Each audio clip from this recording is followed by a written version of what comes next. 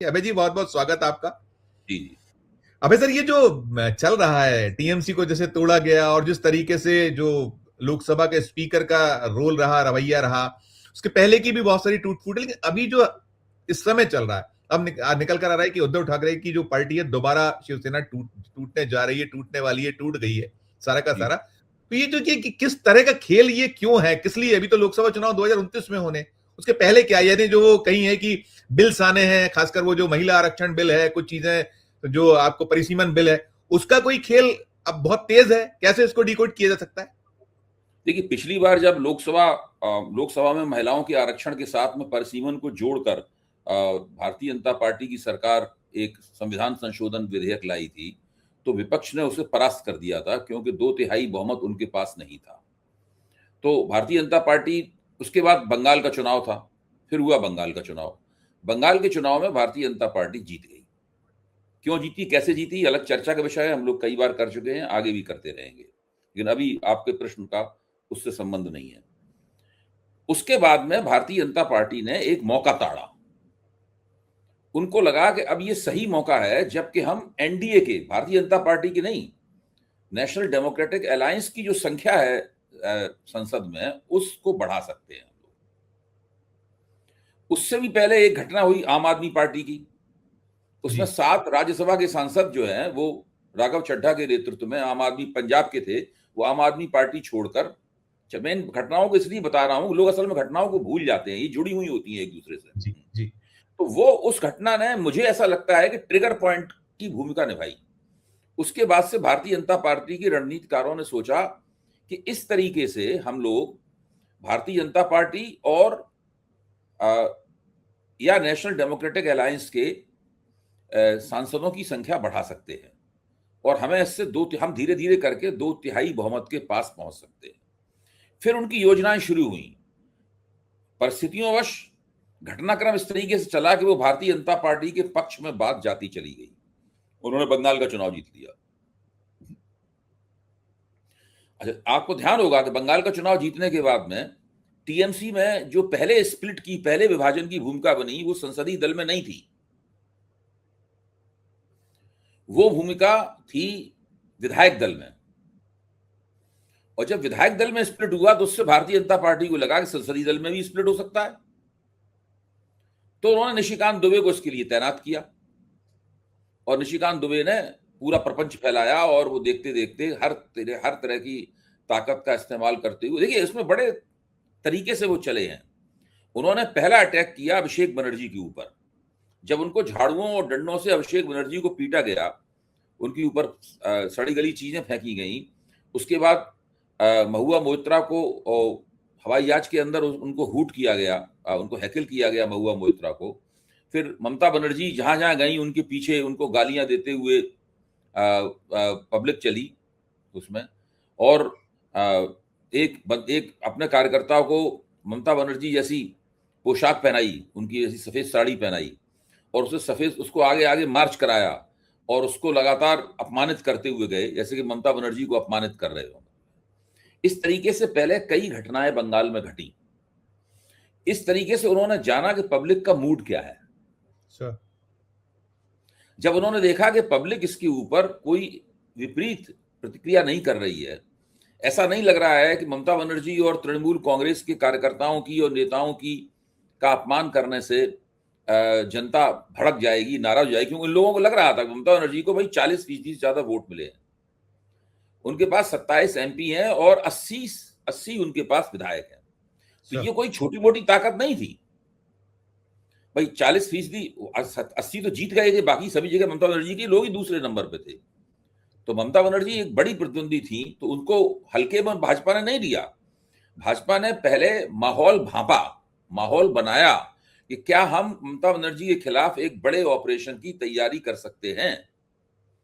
जब उन्होंने इस प्रकार के तमाम काम कर ली, ये सब चीजें सोच विचार कर योजनाबद्ध तरीके से की गई थी। अभिषेक बनर्जी पर हमला, महुआ मोइत्रा को हवाई जहाज के अंदर उनको हूट करना, ममता बनर्जी को अपमानित करना, और ममता बनर्जी का भेष रख के एक कार्यकर्ता को उसको अपमानित करना, जैसे कि ममता बनर्जी को अपमानित कर रहे हो।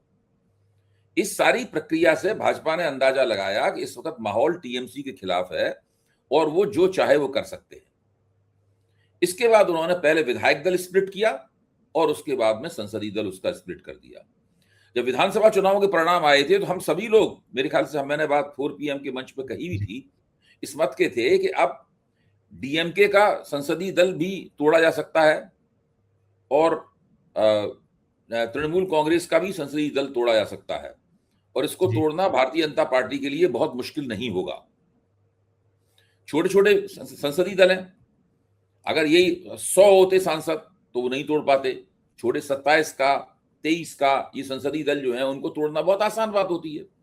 और जिनका आपने उद्धव ठाकरे की शिवसेना का जिक्र किया, उसका संसदीय दल तो और भी छोटा है, वो तो उसमें कितने 9 लोग हैं। टोटल 9 है और 9 में 6 का आ रहा है कि 6 ने चिट्ठी दे दी है स्पीकर को। जी, उसको तोड़ना और भी आसान है। तो इस तरीके से करके वो नेशनल डेमोक्रेटिक अलायंस को 2/3 बहुमत की तरफ ले जा रहे हैं ताकि महिला आरक्षण के साथ परिसीमन को जोड़ के वो जो विधेयक लाए थे उस तरह का विधेयक वो दोबारा ला सकें और दोबारा लाकर उसको अब की बार सदन में पास करा लें। जैसे ही वो पास कराएंगे तो महिला आरक्षण तो खैर जो उन्हें मिलना होगा मिल ही जाएगा, वो तो एक अलग बात है। वो तो अभी भी वो महिला आरक्षण तो पास सदन द्वारा पास किया ही जा चुका है, उसमें कोई नई बात नहीं वो कर देंगे। लेकिन वो परिसीमन अपने मन का कराने की प्रक्रिया शुरू कर देंगे। SIR प्लस परिसीमन, बीजगणित का फार्मूला क्या है अलजेब्रा का? SIR प्लस परिसीमन is equal to great possibility of electoral victory. आप मतलब मैथमेटिक्स में इस तरह कह सकते हैं इसको। बिल्कुल। ग्रेट पॉसिबिलिटी, मैं नहीं कह रहा हूं गारंटी नहीं, 100% किसी चीज की गारंटी नहीं होती है, लेकिन अगर उनकी इलेक्टोरल विक्ट्री की अभी संभावना 25-30% है और उसमें अगर वो इस प्रपंच से 10% और जोड़ सकते हैं तो 35% हो जाएगी, तो उनको कौन हराएगा? जैसे 35 से 40 के फीसदी अंदर 40 की तरफ पहुंचते हैं तो फिर आप दुर्जेय हो जाएंगे, असंभव हो जाएगा उनको हराना। तो वो ये सब सारा प्रपंच इस तरीके से रच रहे हैं, इस तरीके से उनका सारा काम चल रहा है। इसमें वो योजनाबद्ध तरीके से काम कर रहे हैं, राजनीतिक रूप से काफी मजबूत हैं और उन्होंने सारी संस्थाओं को कैप्चर कर रखा है।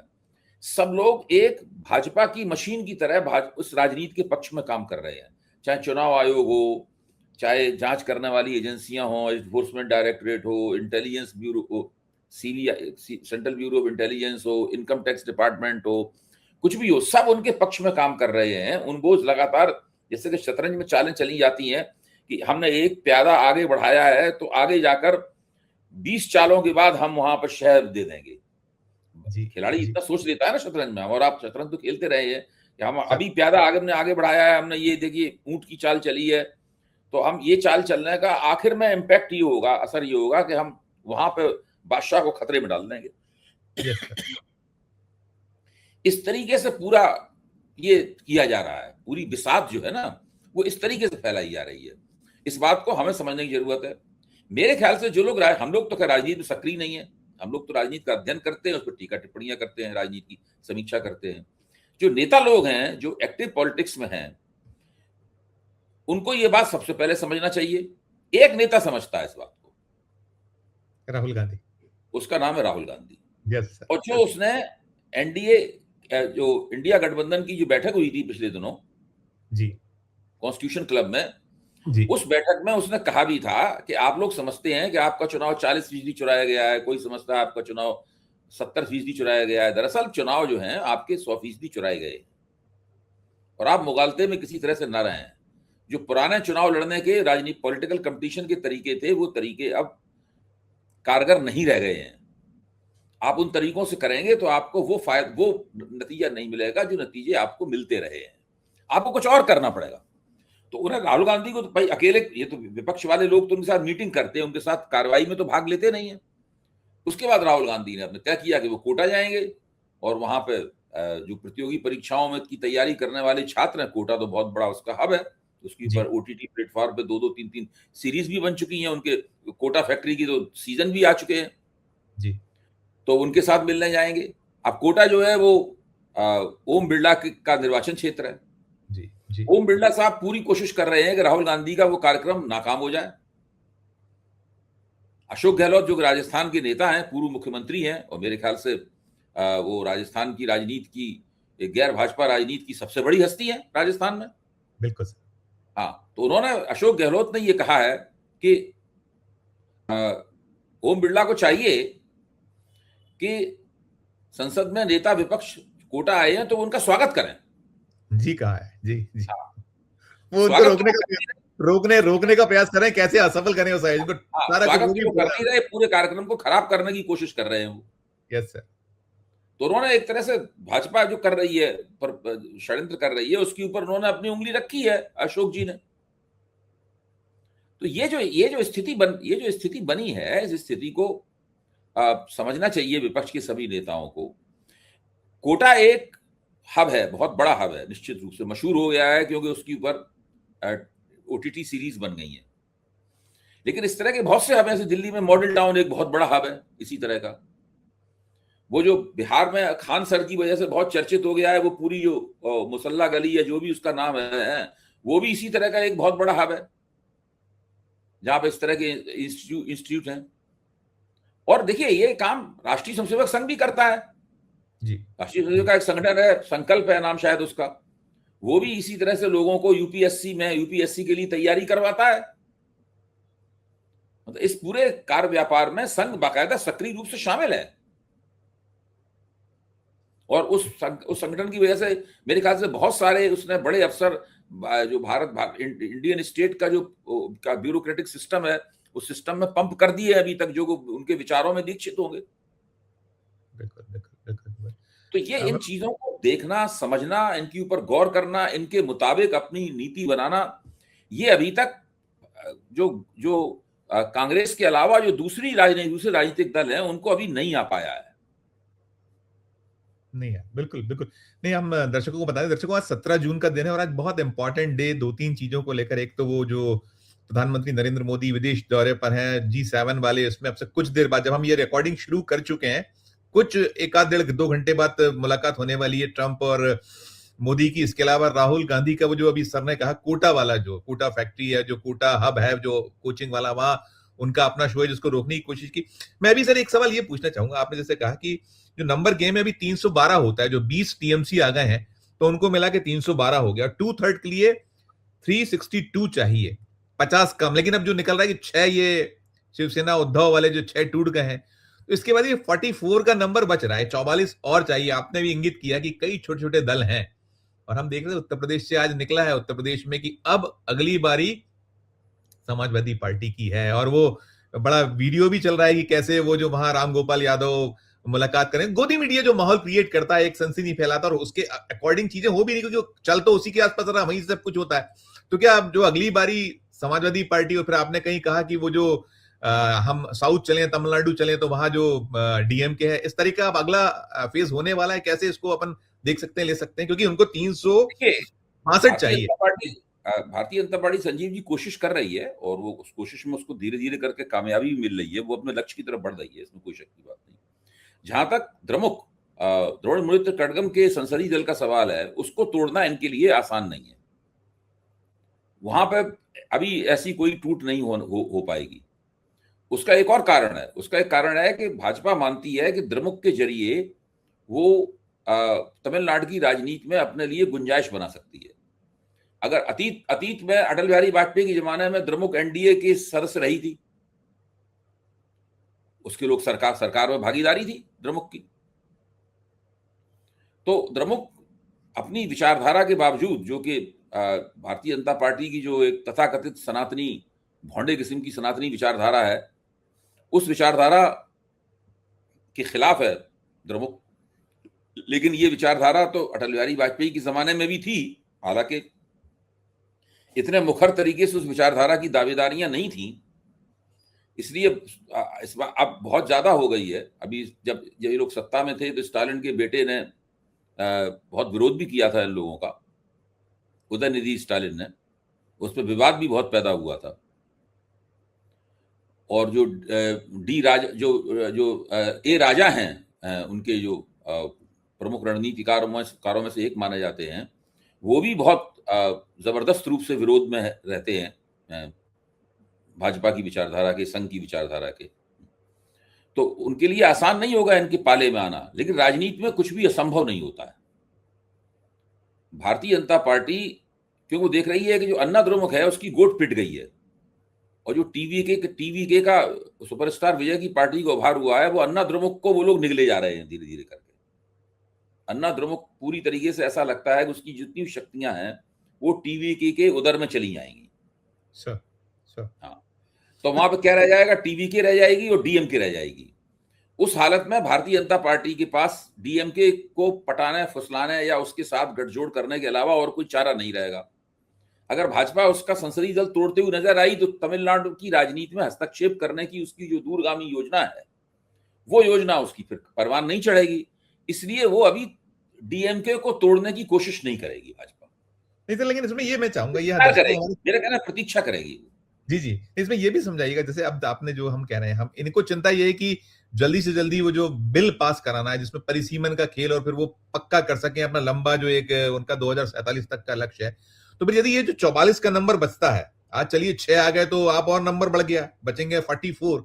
तो फिर ये पावस सत्र जो संसद का वर्षाकालीन सत्र बिल्कुल निकट है, तो फिर कैसे परवान कैसे चढ़ पाएगा उसमें? क्योंकि इनके पास राज्यसभा में तो है, राज्यसभा में केवल 9 नंबर कम है और वहां एब्सेंट करा दीजिए, कुछ कर दीजिए, लेकिन लोकसभा में फिर कैसे वो पारित होगा? उसका किस तरह से खेल कर पाएंगे? उसमें भी तो कुछ ना कुछ सोच तो रखा अभी होगा। थोड़ा और इंतजार करेंगे, इस सत्र में नहीं रखेंगे, आगे सत्रों में जाएंगे। अभी क्या जरूरत है करने की? मतलब ये नहीं चाहेंगे कि दोबारा लाएं, दोबारा फिर हार जाएं, वो थोड़ा चाहेंगे ये। जी तो वो अपना इंतजार करेंगे। एक तो वो ये देखना चाहते हैं कि द्रमुक जो है, द्रमुक में संभावनाएं कुछ हैं कि नहीं उनके साथ जाने की। जिस दिन उन्हें यकीन हो गया कि इसके साथ कोई भी संभावना नहीं है, तो वो उसको भी तोड़ने के बारे में सोच सकते हैं, लेकिन वो ऐसा नहीं करेंगे। तमिलनाडु की स्थिति बिल्कुल अलग है। दूसरे, यहां तक समाजवादी पार्टी का आपने जिक्र किया, मैं ये नहीं मानता हूं कि समाजवादी पार्टी के लोगों को ये तोड़ पाएंगे, क्योंकि समाजवादी पार्टी की जो स्थिति वहां पे है, उत्तर प्रदेश में है, उसमें वो जब तक विधानसभा चुनाव नहीं हारेगी समाजवादी पार्टी अगले साल, तब तक उससे लोग उतना छोड़ के नहीं जाएंगे उसको। जैसे समाजवादी पार्टी का ये विधायक दल तोड़ना चाहे तो नहीं तोड़ सकते हैं, वहां पे एक आध किसी आदमी को तोड़ लें वो बात दूसरी है, लेकिन नहीं तोड़ सकते। इसी तरह समाजवादी पार्टी का संसदीय दल भी ये नहीं तोड़ पाएंगे। लेकिन 2027 बड़ा अहम होगा। अगर वहां चुनाव हार जाते हैं, अगर होता है जैसा करते हैं, तो मे भी फिर उसके बाद फिर खेल वहां होगा, बड़ा होगा, और समय सीमा तो नहीं होगा। अगर समाजवादी पार्टी विधानसभा चुनाव हार गई तो उनके जो, और थोड़ा सा बुरी तरह से हारी, तो उनका संसदीय दल बिल्कुल तोड़ा जाएगा, 100% तोड़ा जाएगा, ताकि वो लोकसभा चुनाव से काफी पहले परिसीमन का पास करा के और उसकी प्रक्रिया की शुरुआत कर सकें। जरूर तोड़ा जाएगा उनको। मैं 2 सवाल और करूंगा इसी से जुड़े। एक तो जो अभी ये जो एकनाथ शिंदे जो कर रहे हैं, जो हमने देखा श्रीकांत शिंदे बड़े उनके बेटे साहब सक्रिय दिखे दिल्ली में, और सारा एकनाथ शिंदे भी, तो ये ठीक है, आज आप कर लीजिए, कल तो आपकी बारी होगी, एक चीज। और दूसरा, जो राहुल गांधी कहते आए, आपने भी जो कहा अपने शुरू में कि भाई ये समझना होगा, जो विरोधी दल, जो इंडिया ब्लॉक के धड़े हैं, उनको समझना होगा कि किस तरीके से प्ले अप करना है। तो फिर क्या छुपा है इसमें, जो समाजवादी पार्टी या जो अखिलेश यादव के लिए क्या इसमें समाहित है, जो सब कुछ चल रहा है? दोनों पर एक छोटे आपके। देखिए, जहां तक एकनाथ शिंदे का सवाल है, एकनाथ शिंदे से मुख्यमंत्री पद तो छीन ही गया है जी। उनके नेतृत्व में चुनाव लड़ा गया और जीता गया, उसके बाद उनसे मुख्यमंत्री पद छीन लिया गया उनसे। तो जो वहां की सरकार है जिसमें एकनाथ शिंदे उप मुख्यमंत्री हैं, उनकी बीच बीच में नाराजगियां वगैरह होती रहती हैं, वो बीच बीच में थोड़ा सा तेवर भी दिखाते रहते हैं, लेकिन उससे कोई फर्क नहीं पड़ता है देवेंद्र फडणवीस के ऊपर। देवेंद्र फडणवीस की जो सत्ता है वहां पे, वो उससे सत्ता कमजोर नहीं होती है। फडणवीस जी जिस तरह के मुख्यमंत्री हैं, जब पहली बार मुख्यमंत्री बने थे अपने पहले कार्यकाल में, तब भी उन्होंने बहुत ही मजबूती से अपनी सत्ता का केंद्रीकरण किया था, और वो उसमें किसी की नहीं मानते थे। यहां तक कि वो उसमें अमित शाह वगैरह भी की बात नहीं मानते थे। वो मुख्यमंत्री बनते हैं देवेंद्र फडणवीस, तो वो अपनी चलाते हैं। यही वो अभी कर रहे हैं। तो देवेंद्र फडणवीस की सत्ता, या तो उनके पास सत्ता रहेगी या नहीं रहेगी, वो बीच का मामला उसमें नहीं रहता है। और वो राष्ट्रीय स्वयंसेवक संघ और नरेंद्र मोदी दोनों की ही काफी अच्छी पसंद भी है उनकी। तो उनको ये समझ में आ चुका है शिंदे साहब को कि उनको सत्ता से हटाना अब उनके लिए नामुमकिन है, तो वो दूसरे नंबर पे या तीसरे नंबर पे ही रहेंगे सरकार में। तो ऐसे में अगर कुछ दूसरे उनकी उनकी जो पितृ पार्टी है शिवसेना, उसके सांसद टूट के अगर आ जाते हैं, वो एक अलग गुट बना के, जिस तरह तृणमूल कांग्रेस का हुआ है उसी तरीके से वो कोई गुट बना के उनके गुट को मान्यता मिल सकती है ओम बिरला के जरिए, और वो एनडीए के समर्थन में आ सकते हैं। उससे कुल मिलाकर एकनाथ शिंदे की अपनी स्थिति ही मजबूत होगी। उससे एकनाथ शिंदे भारतीय जनता पार्टी का जो एक व्यापक प्रोजेक्ट है, उसके लिए अपनी उपयोगिता भी दिखाएंगे महाराष्ट्र की राजनीति में। तो देवेंद्र फडणवीस को, भारतीय जनता पार्टी को एकनाथ शिंदे ऐसे लेफ्टिनेंट्स चाहिए, मजबूत जमीन से जुड़े हुए लेफ्टिनेंट्स चाहिए उनको, है कि नहीं? अब जो देवेंद्र फडणवीस हैं वो तो लंबी दूरी के घोड़े हैं। Yes sir. उनके बारे में ये भी चर्चाएं होती हैं कि वो भाजपा के राष्ट्रीय अध्यक्ष भी बन सकते हैं, वो प्रधानमंत्री पद के दावेदार भी भविष्य में जाके हो सकते हैं। योगी आदित्यनाथ के साथ साथ उनका भी नाम चलता रहता है। तो वो उनकी जो है उनका जो पूरा प्रोफाइल बन रहा है देवेंद्र फडणवीस का, वो भिन्न किस्म का प्रोफाइल है। वो को महाराष्ट्र की राजनीति तक सीमित रहने वाला नहीं है सर। इस बात को भी शिंदे साहब समझते हैं। तो शिंदे मानते हैं कि अगर वो मजबूती से इसमें लगे रहे और सरकार में दूसरे नंबर पर रहे, तो जब देवेंद्र फडणवीस जब शिफ्ट होंगे वहां से, तो फिर उनका फिर से नंबर लगेगा। जी, ये सब बातें सोच के वो अपने लगे हुए हैं काम में, सेवा कर रहे हैं भाजपा की।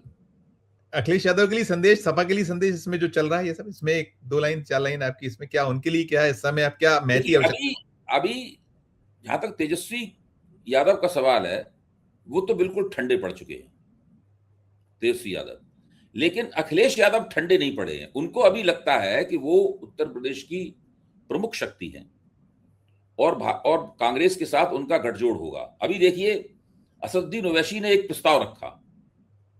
उन्होंने कहा मेरे साथ हम गठजोड़ में आने के लिए तैयार हैं, भाजपा को हराना चाहिए। अखिलेश ने क्या जवाब दिया? अखिलेश ने कहा कि इंडिया गठबंधन जो था वो ही रहेगा। जी, कहा। वो ओवैसी को लेने के लिए तैयार नहीं है उसके अंदर, और मैं इस बात को सही मानता हूं। मैं उनकी इस बात को सही मानता हूं। ओवैसी वहां पर मुसलमानों का नेतृत्व करने की दावेदारियों के साथ आ रहे हैं। कहा भी है कि मुसलमानों को उनका नेता चाहिए। तो अखिलेश का मानना यह है कि मुसलमानों के नेता ओवैसी नहीं है, मुसलमानों के नेता अखिलेश हैं। जी जी जी जी। वो अगर मुलायम सिंह मुसलमानों के नेता हैं, मुलायम सिंह की विरासत के वाहक हैं वो। तो ये उनका जो दावा है अखिलेश जी का, वो उस दावे से मैं सहमत हूं पूरी तरीके से। जो जिस इंडिया गठबंधन के तहत उन्होंने लोकसभा चुनाव लड़ा था कांग्रेस के साथ में और कुछ और दलों के साथ गठजोड़ करके, उनकी कोशिश होगी कि वो वैसा ही गठजोड़ विधानसभा चुनाव में बनाए और भारतीय जनता पार्टी को एक बड़ी मजबूत टक्कर दें। हो सके तो उसे हराएं भी। वो तो भविष्य बताएगा कौन जीतेगा हारेगा, लेकिन ये मुझे लगता है कि अभी वहां पर ऐसी स्थिति है। तो वो अभी लोकसभा चुनाव के लिए वहां पर वोटें बैठाई जा रही हैं। देखिए, बिल्कुल साफ दिख रहा है, योगी आदित्यनाथ ने अपने हाल के भाषणों से स्पष्ट कर दिया है कि वो अमित शाह और नरेंद्र मोदी के साथ में समझौता करने को तैयार है विधानसभा चुनाव जीतने के लिए। वो मोदी जी की विरोधावली हर लेक्चर में गाने लगे, वो अपने तारीफें करने लगे, मोदी जी के आने से ये कमाल हो गया, वो कमाल हो गया, वो सब चालू हो गया। वो ऐसे किसी काम में हाथ नहीं डालते हैं जहां पर मोदी जी फंसे हुए हों या अमित शाह फंसे हुए हों या आला कमान फंसा हुआ। जब तक लोग विधानसभा चुनाव नहीं हो जाएगा और उनको वो चुनाव जीत नहीं लेंगे और वो उनको भाजपा आला कमान फिर से मुख्यमंत्री नहीं बना देगा, तब तक वो कोई भी काम ऐसा नहीं करेंगे। अब यहाँ पे एक किंतु परंतु है कि भाई वो उन्होंने गठजोड़ कर लिया है इस उम्मीद में हम विधानसभा चुनाव जीत जाएंगे। सब लोग जानते हैं कि पिछली बार लोकसभा चुनाव में दोनों एक दूसरे से फिरंट थे, तो लोकसभा चुनाव नतीजा उसका हारने में निकला। काफी बदनामी हुई, काफी भदभद हुई, बहुत अपमान भी हुआ इन सबका। तो वो अब इसमें यह है कि चुनाव मान लो जीत गए, इसकी कोई गारंटी नहीं है कि तब उनको, क्यों जैसे ही चुनाव आप जीतते हैं मुख्यमंत्री कौन बनेगा इसके सारे पत्ते जो है, इस बाजी की सारे पत्ते आला कमान के हाथ में चले जाते हैं। फिर तो आला कमान के साथ ओपी राजभर जैसे लोग जो ये रहटा राग कर रहे हैं कि ये बस हो गया, सपा टूट रही है, ये हो रहा है, वीडियो चलने लगे, वो तो दबाव बनाने की है रणनीति। मतलब कम से कम मेरा विश्लेषण ये कहता है कि समाजवादी पार्टी न विधायक दल टूटने वाला है, न संसदीय दल टूटने वाला है। ये लखनऊ जो है वो कलकत्ता नहीं है। क्या बात है, क्या हाँ, कलकत्ता जो है, जो मद्रास जो है वो भी कलकत्ता नहीं, चेन्नई है वो भी कलकत्ता नहीं है, वहां भी अभी ये संभावना नहीं है। बंबई में ये सब बहुत छोटे छोटे वो हैं, बहुत मुश्किल है लखनऊ में ऐसा होना। बात समझ सर, दो चीजों पे और मैं चाहूंगा, दोनों पे आप मैं एक ही बार पूछ लेता हूं। एक तो जो आज राहुल गांधी का शो, जिसको लेकर बड़ी बेचैनी, आपने वो जो उल्लेख भी किया, तो ये जो इसके बाद वो जाने वाले हैं, अगला उनका पड़ाव होगा पटना भी जाने वाले हैं, पटना के अलावा वो दिल्ली भी हैं, दिल्ली के पहले प्रयागराज, पटना के पहले प्रयागराज, पटना फिर दिल्ली। ये किस तरीका क्या ये सीन, ये आगे क्या, क्योंकि जैन जी सब कुछ है और राहुल का एक है ही वो उनसे जो जुड़ाव है, तो एक तो ये जो बेचैनी सब, और दूसरा जो बड़ा हाइप क्रिएट किया जा रहा है। हमने देखा वो बॉडी लैंग्वेज क्या थी, कैसे वो बैठे थे ट्रम्प साहब वहां G7 में, वो कुर्सी पर बैठे थे, वो सामने हाथ खड़े थे और उसको प्रेजेंट ऐसे किया जा रहा बहुत बड़ा। और फिर आज जो मुलाकात होने वाली, क्योंकि हम पहले ये सब कर रहे हैं, चाहे राहुल का शो हो या इनकी मुलाकात हो, तो इनके क्या, इसको किस तरीके से हम ले सकते हैं, देख सकते हैं फर्दर क्या दिखता है दोनों मामलों। देखिए, जहां तक कोटा वाले कार्यक्रम का सवाल है, कांग्रेस के लिए काफी महत्वपूर्ण कार्यक्रम है। अगर वो कार्यक्रम सफल होता है, जो मेरे विचार से होगा, सफल होता है, तो उससे एक सिलसिला शुरू होगा इसी तरह का सारे देश में, नौजवानों और छात्रों से संपर्क करने का, उनको सीधे संबोधित करने का, उनकी समस्याएं, क्योंकि इस वक्त देश में सबसे ज्यादा उत्पीड़ित वही महसूस कर रहे हैं, बेरोजगारी कारण महसूस कर रहे हैं, शिक्षा व्यवस्था में जो गिरावट आ रही है पूरे बंदोबस्त में, उसमें महसूस कर रहे हैं, पेपर लीक है उसकी वजह से महसूस कर रहे हैं, CBSE से कुछ भी नहीं हो रहा है जो ठीक हो रहा है, सब कुछ गड़बड़ हो रहा है। तो ऐसी स्थिति में वो सब जगह कांग्रेस जनसंपर्क वगैरह करेगी और उससे इस सरकार के खिलाफ जो एंटी इनकम्बेंसी है उसको बढ़ाने में वो एक बड़ी भूमिका निभाई जाएगी। जहां तक वहां का सवाल है G7 का, तो G7 में तो मैं नहीं मानता हूं कि नरेंद्र मोदी ऐसी किसी स्थिति में है कि वो डोनाल्ड ट्रंप से कुछ कह पाए। बहुत मुश्किल है मेरे ख्याल से। एक तो उनके पास व्यक्तिगत रूप से क्षमता नहीं है डोनाल्ड ट्रंप से सीधे बातचीत करने की। एक तो उनकी वो हिंदी में बोले तब उनको अंग्रेजी में उनको अनुवाद करके बताया जाए, इस तरह की सुविधा डोनाल्ड ट्रंप नरेंद्र मोदी जैसे लोगों को देते नहीं है। ये सुविधा किसको मिलती है? ये सुविधा शी जिनपिंग को मिलती है, ये सुविधा पुतिन को मिलती है। पुतिन रूसी में बात करते हैं और उनको ट्रांसलेशन सुनाया जाता है, उनको वहां दुभाषी लगे होते हैं। डोनाल्ड ट्रंप जो बोलते हैं उसका रूसी में ट्रांसलेशन जो है पुतिन को सुनाया जाता है। इसी तरह वो चीनी में बात करते हैं, शी जिनपिंग, जो उनकी भाषा है, अपनी भाषा में बात करते हैं वो। नरेंद्र मोदी वहां पर अगर हिंदी में बात, नरेंद्र मोदी को अंग्रेजी बोलनी पड़ती है उनसे, डोनाल्ड ट्रंप से। मैं कोई नरेंद्र मोदी की अंग्रेजी कमजोर है, इसको नरेंद्र मोदी का मैं कोई नकारात्मक नहीं मानता हूं। जिन देश में जिन लोगों की अंग्रेजी कमजोर है, मैं उनको कमतर नहीं मानता हूं उन लोगों को। तो इसलिए मैं नरेंद्र मोदी की कोई आलोचना नहीं करता, लेकिन नरेंद्र मोदी ने अपनी हैसियत इतनी गिरा ली है कि वो गर्व के साथ अपनी हिंदी बोले और डोनाल्ड ट्रंप को मजबूरन उनकी हिंदी का अंग्रेजी में ट्रांसलेशन सुनना पड़े, अमेरिकन इंग्लिश में ट्रांसलेशन सुनना पड़े। ऐसी स्थिति नरेंद्र मोदी ने खुद इसलिए नहीं बनने दी कि उनके शरीर में केवल घुटने ही घुटने हैं, उनके शरीर में रीढ़ की हड्डी है ही नहीं। खास तौर से जब भी डोनाल्ड ट्रंप के सामने पहुंचते हैं, उनकी रीढ़ की हड्डी गायब हो जाती है, वो घुटने रह जाते हैं। तो ये स्थिति है उनकी। तो देखिए क्या होता है इसमें, मुझे नहीं लगता वो कुछ कह पाएंगे। बिल्कुल बिल्कुल सर, बिल्कुल। हम लोग फिर कल बात करेंगे, यही विषय होगा मुझे लगता है, जब हम लोग ये पूरा निकल कर आएगा वहां से सारा कुछ, और ये राहुल गांधी का शो होगा, तो कल की चर्चा का विषय तो शायद हमारा यही होगा, इसी पे हम बात करेंगे। लेकिन कुल मिलाकर जो चल रहा है देश में, खासकर ये तोड़ फोड़ की राजनीति, उसको आपने जो हमारे दर्शकों को बहुत पूरी उसकी एक तस्वीर सामने रखी, उसके लिए और बाकी सबके लिए भी आभार, शुक्रिया, धन्यवाद। दोस्तों, आप सुन रहे थे अभय दुबे साहब को, और हम जो तमाम विषय हैं जो इस समय देश में कहीं ना कहीं चर्चा का केंद्र है, सारा कुछ अभय सर से सुनने के बाद आपकी अपनी जो राय हो, आपकी अपनी जो टिप्पणी हो, जरूर हमारे इस वीडियो के कमेंट बॉक्स में प्रकट कीजिएगा, अपनी राय, अपनी टिप्पणी दीजिएगा।